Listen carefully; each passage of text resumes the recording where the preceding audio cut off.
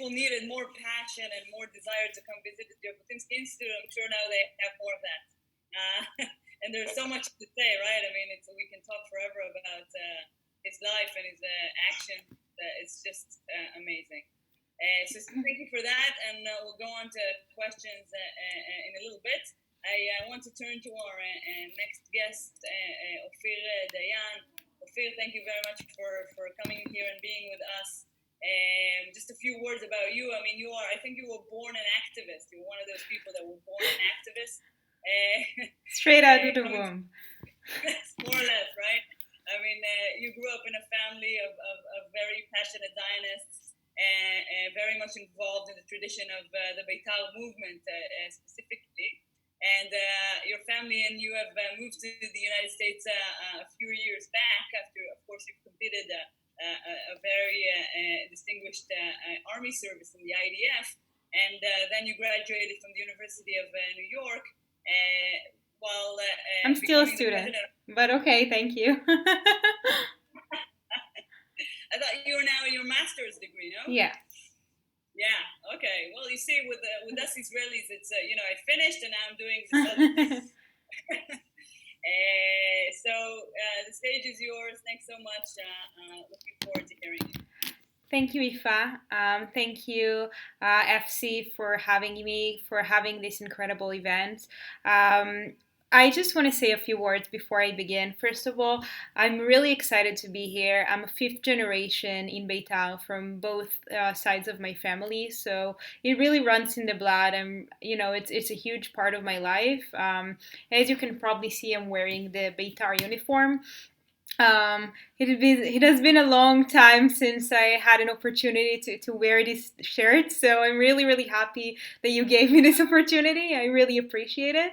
And now I want to say a few brief remarks about Z'Boutinski. Look, I'm currently the president of Students Supporting Israel at Columbia University. Columbia is one of the most anti-Israeli universities in the United States and perhaps in the world. And to me, when I think about what I do at Columbia, about why I do what I do at Columbia, and it's not an easy task. I get cursed and called names and threatened on a weekly basis, and whenever I need to think about why I'm doing what I'm doing, Z'Boutinski is always one of the main reasons I'm doing this. I grew up in Beitar, as I said earlier. I joined Beitar when I was 6 years old. And I did every possible role in Beitar. I was an instructor. I was a head of branch. Before my army service, I actually postponed my military service in a year to be a full-time volunteer for a year in Beitar. And there is one quote from Z'Boutinski that really, I think, encapsulates everything that I feel about what I do right now. He said that the youth, although I'm no longer youth anymore, I'm 26, but the youth are the driving force behind society. And to me, when I think of Columbia and about similar places, I see the role of us, of the youth, not necessarily youth as, teenagers, but the young people, to change their reality. And to me, this is a life mission, and it's a life mission inspired by Z'Boutinski.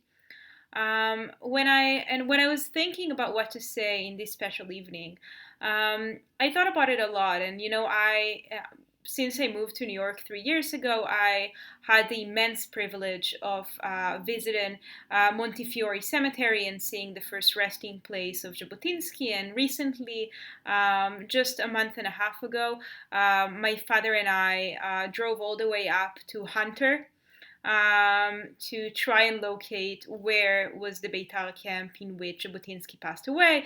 I am sure you all know, and it's a great shame that nobody ever marked the specific place, so there is no place you can pinpoint. But it was important for me to go there. And when I was thinking about this event and what should I say here, I had this thought that I'm it might be a bit weird to say something like that about myself, but I'm pretty sure that if Zhabotinsky is now looking at us from above and seeing that in the year 2020, there's a 26-year-old individual who can sit here and quote his writings and sing the Beitar song and knows Shir HaNeder, the vowel, the Beitar vowel by heart, I think he would be pretty happy.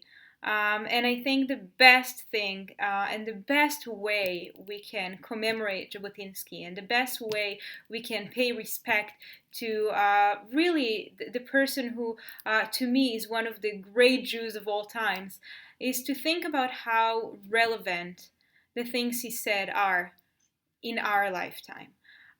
Sometimes, great people say great things, but they're only relevant to the decade in which they were said in, maybe, 100 years after they've been said. But there are things that Jabotinsky said that, to me, are still relevant in 2020 and can keep being relevant forever. One of them, Yossi mentioned earlier, Kira Barzel, the Iron Wall, this notion that the Jewish state should be so strong, but not just militarily, as Yossi said, also culturally and economically, and in all ways, shapes and forms. So all the other nations would not even, and specifically our Arab neighbors would not even think of threatening us. But now I want to turn into something less less security oriented, although I do study. My master's is in security policy.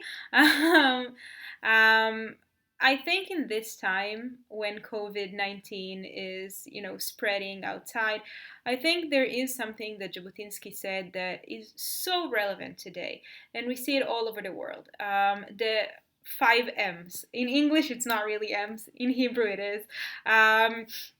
It's מרפא, מורה, מזון, מעון ומלבוש. It's the 5 things, and believe me, I'm a staunch capitalist. My dad even calls me a pig sometimes because I'm so capitalist. But these are the 5 things that Jabotinsky said that every state should provide their citizens. It's medical care, education, clothing, food, and residence. And obviously, it's not for everyone, it's for those who cannot afford it. So they can live